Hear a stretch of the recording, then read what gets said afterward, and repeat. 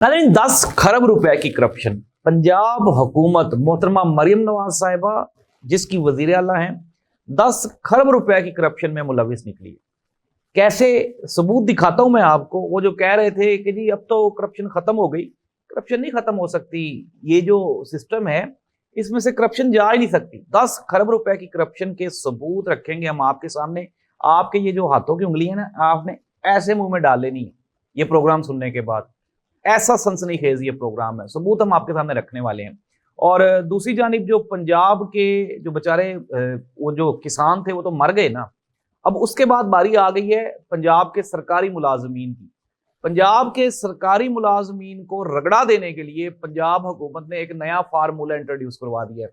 ना केपीके में ये रूल्स अप्लाई हुए हैं, ना सिंध में हुए हैं और ना बलोचिस्तान में। सिर्फ पंजाब की वो वफादार हुकूमत, उन्होंने कड़ाके निकाल के रख दिए हैं पंजाबी जो सरकारी मुलाजमीन है। सरकारी मुलाजमीन सरापा एहतजाज है, लाहौर की सड़कें बंद हैं। सरापा एहतजाज क्यों है? सरकारी मुलाजमीन के साथ कौन कौन सा हाथ हो गया।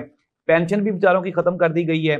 इसके अलावा उनके जो और उनकी जो एक 17A एक शिक थी वो भी खत्म कर दी गई है। ये 17A क्या है? पंजाब हुकूमत ने जो सरकारी मुलाजमीन है उनको कैसे रगड़ा दिया है। बड़ा जो आज सेंसिटिव एक प्रोग्राम हम करने जा रहे हैं और आपने पूरा प्रोग्राम सुनना है। खुसूसन जो सरकारी मुलाजमीन है उनके लिए खतरे की घंटी है। और इसके अलावा जो केपी के पीटीआई अली अमीन गंडापुर साहब हैं वो किस तरह से खतरे में हैं और इमरान खान ने भी उनके लिए एक आखिरी वार्निंग जारी की है। ये वार्निंग क्या है और इसके ऊपर अमल होगा या नहीं, ये भी जानेंगे हम आज के प्रोग्राम में। मैं हूं जाहिद अब्बास नकवी और आप देख रहे हैं हमारा सोशल मीडिया चैनल। अगर आपको हमारा प्रोग्राम पसंद आए तो आपने हमें सब्सक्राइब जरूर करना है, अपने कमेंट से जरूर आगाह करना है। इंतहाई सेंसिटिव प्रोग्राम है और इंफॉर्मेटिव प्रोग्राम है। आज आपने ये पूरा प्रोग्राम सुनना है।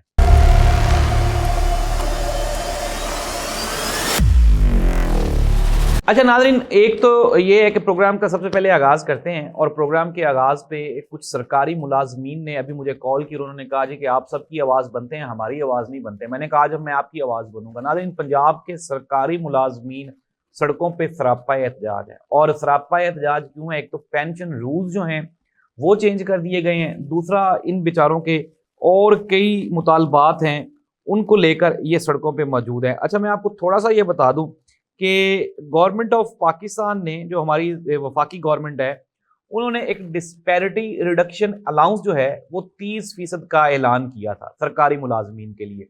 अगर हम सिंध की बात करें तो सिंध गवर्नमेंट ने ये 30% दे दिया अपने मुलाजमीन को और केपी गवर्नमेंट ने ये 20% दे दिया।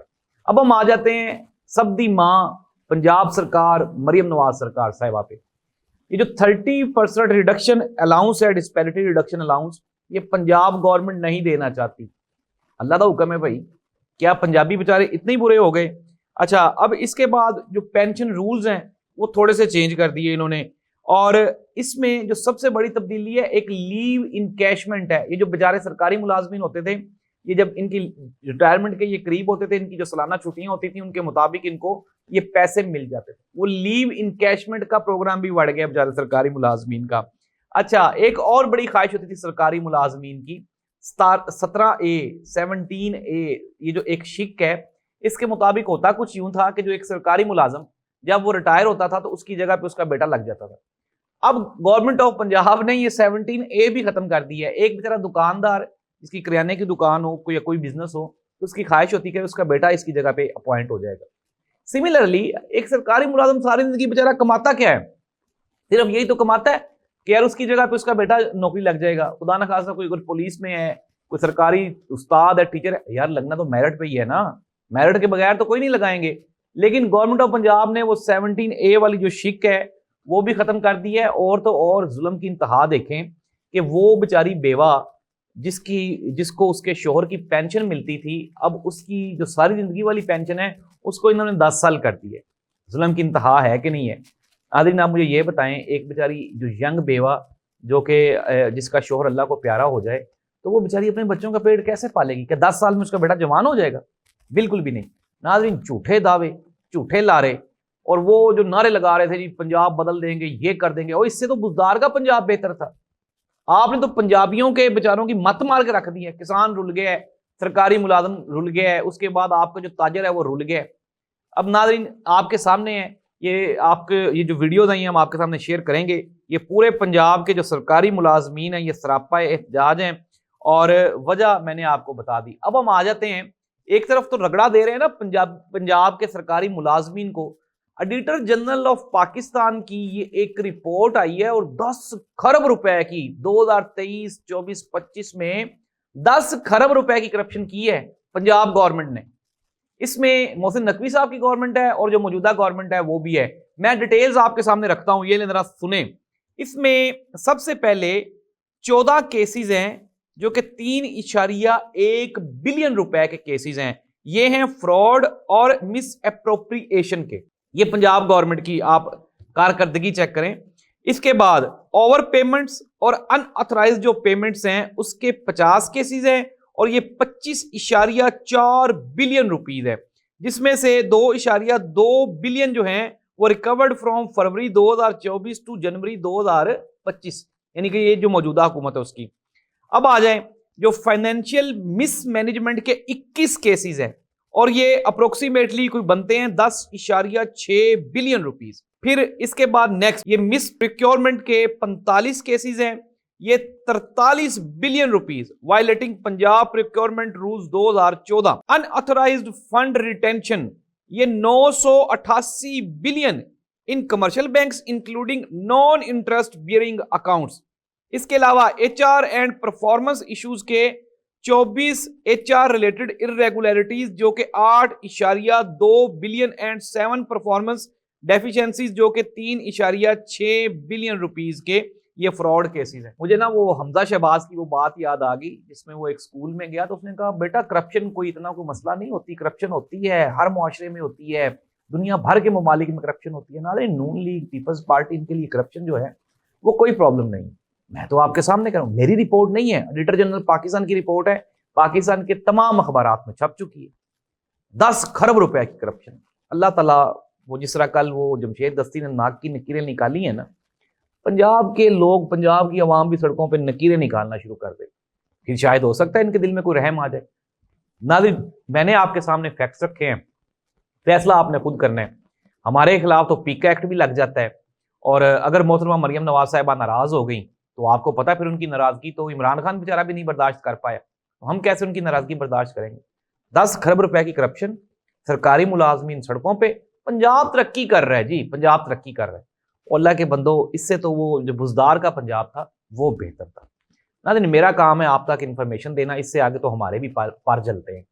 बाकी फैसला आपने खुद करना है। इमरान खान बेचारा इसलिए जेल में है वो इनकी करप्शन पे बात करता है, वो ये तो कहता है कि करप्शन फ्री पाकिस्तान होना चाहिए, वरना तो हर तरह की डील उसको भी ऑफर की गई ले लेता। अली अमीन गंडापुर ने इमरान खान के बारे में कहा, आज उन्होंने कहा जी कि पार्टी इमरान खान की है, जिस दिन इमरान खान कहेगा उस दिन मैं असम्बलियां तहलील कर दूंगा। इमरान खान की बहन, इमरान खान की बीवी या इमरान खान के किसी रिश्तेदार की कोई बात मानने के लिए तैयार नहीं है। और इमरान खान ने कल अलीमा खान के थ्रू ये मैसेज दिया कि आप सुप्रीम कोर्ट ऑफ पाकिस्तान में जाएं, मुझसे मुलाकात करें और जो जो मैं तजावीज़ दूंगा बजट में वो अमेंडमेंट करके तो दोबारा फिर बजट पास करवा लें। अली अमीन गंडापुर साहब जो हैं वो जस्टिस मंसूर अली शाह के पास चले गए और जस्टिस मंसूर अली शाह तो बेचारा अपनी नौकरी खुद बड़ी मुश्किल बचा के बैठा हुआ है। जस्टिस मंसूर अली शाह ने कहा कि जी आप जाएं याहिया अफरीदी साहब के पास, वो आपकी बात सुनेंगे, वो अमल करेंगे। चीफ जस्टिस ऑफ पाकिस्तान वो हैं, मैं नहीं हूं।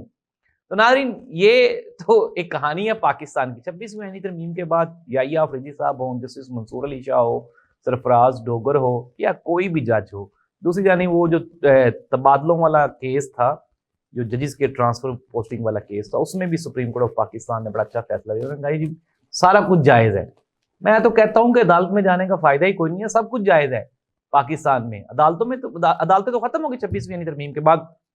पीटीआई ने जो अपना मुत्तफिका लाहे अमल है, पीटीआई की कोर कमेटी ने उसके लिए टाइम मांगा है और कोर कमेटी का जो इजलास है वो एक्सपेक्टेड है कि नेक्स्ट वीक में हो जाएगा। फिर उसके बाद ये लाहे अमल देंगे। जो पीटीआई ओवरसीज सोशल मीडिया की पुकार है वो ये कहती है कि इमरान खान की रिहाई इन अदालतों से या इस निज़ाम से कभी भी वो पॉसिबल ही नहीं है। और कोई कहने वाले ये भी कह रहे हैं कि अली अमीन गंडापुर को ये श्योरिटी दिलवा दी गई है कि इमरान खान को 7-8 साल बाहर नहीं आने देते, इमरान खान को 7-8 साल अंदर रखने का प्रोग्राम है। अली अमीन गंडापुर कहता है कि चलो 5 साल ये, कोई 2 साल अगले, इस तरह से 7 साल ये भी गुजर गए तो फिर क्या होगा। नाज़रीन, इमरान खान को, इमरान खान के चाहने वालों ने, जिनके ऊपर इमरान खान ने एहसानात किए, किसी ने इमरान खान को कोई फ़ायदा नहीं दिया। मैं नहीं कहता ठीक है सारे ही बेवफा हैं, सारे ही 2 नंबर हैं, लेकिन इमरान खान के साथ लॉयल कोई भी नहीं रहा। हर बंदा अपने मुफाद की खातिर लड़ा है, अपनी अपनी जो है दाल लगा के अपने अपने फायदे लेके तो वो साइड पे हो गया।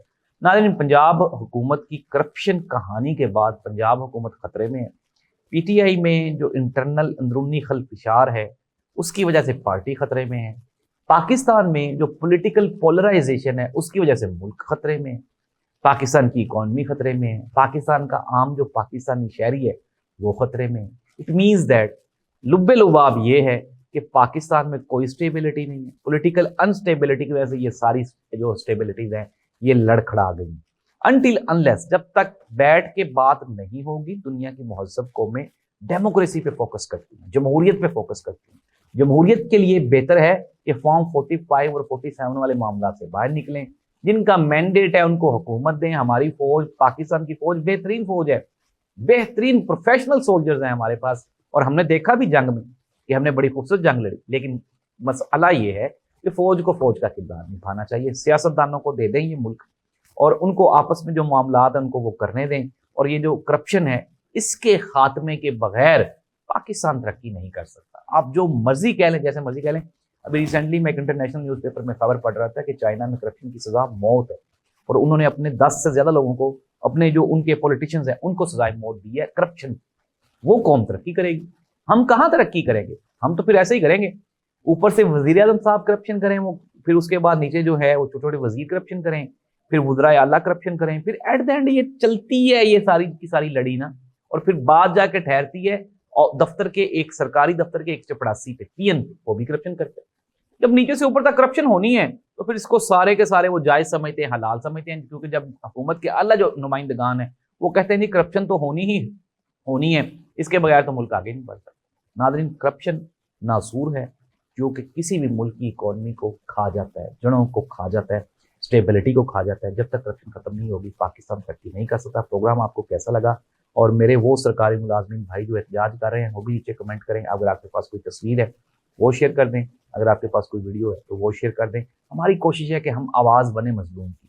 हमने मजलूम की आवाज़ उठा दी है, अब डिपेंड्स अपॉन द अथॉरिटीज कि वो क्या इसके ऊपर फोकस करती हैं, सुनती हैं नहीं सुनती हैं। वो कहते हैं ऐसे तो आड़े वोटा नाल मुंतखब भी नहीं हुई, हम तो आपके वोटों से आए ही नहीं हैं, तो हम फिर आपके लिए कुछ क्यों करें?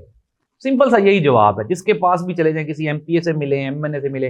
अभी मैं सेनेट की एक तकरीर सुन रहा था, वो पीटीआई के एक सेनेटर है, वो कह रहे थे ये आपस में बैठ के बातें करते हैं, और मैं फॉर्म 45 वाला, तू फॉर्म 47 वाला है। वो कहता बस मैं अकेला ही फॉर्म 45 पे हूँ ना। इमरान खान ने बिल्कुल ठीक कहा, उन्होंने कहा कोई हाइब्रिड निज़ाम नहीं है, ये मार्शल है, और नज़र भी आ रहा है ये मार्शल है। अगर हाइब्रिड निज़ाम जमहूरियत होती तो शायद अवामी मसाइल एड्रेस होते। इस दुआ के साथ कि पाकिस्तान में पॉलिटिकल स्टेबिलिटी के बाद इकोनॉमिकल स्टेबिलिटी है। अल्लाह इस मुल्क का हामी नासिर हो।